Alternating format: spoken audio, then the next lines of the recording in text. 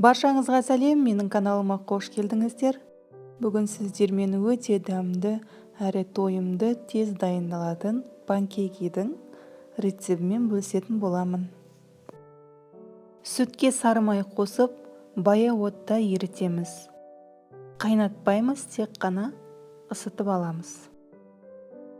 Ұнға қамыр қопсытқышты қосып, жақсылап араластырып дайындап аламыз.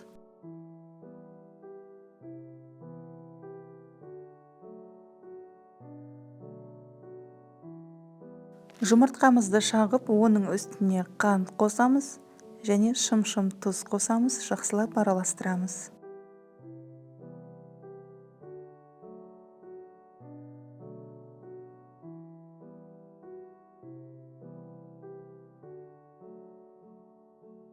Жұмыртқалы массамыздың үстіне ыстық сүтіміздің аз мөлшерін қосып, тез-тез араластырамыз және де ұнның да аз мөлшерінен қосып араластырып аламыз.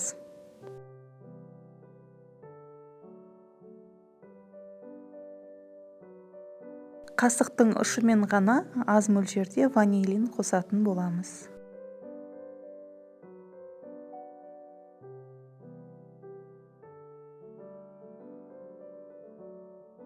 Қалған сүтіміздің барлығын құйып, жақсылап араластырып, және де қалған ұнды қосып, бір келкі масса болғанша жақсылап араластырамыз.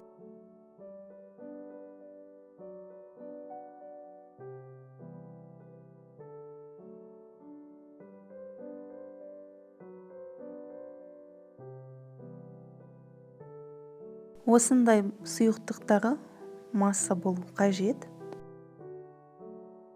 Бая отта қызып тұрған табамызға аз мөлшерден салып, бетін тегістейтін боламыз.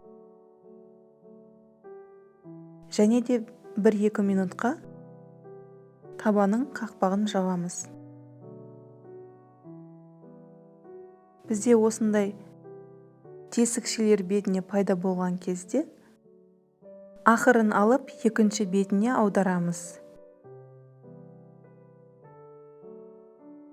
Біздің бұл қамырымыздан 15-16 штук панкейкі шығатын болады.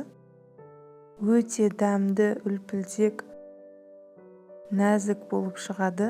Міндетті түрде дайындап көруге кеңес беремін.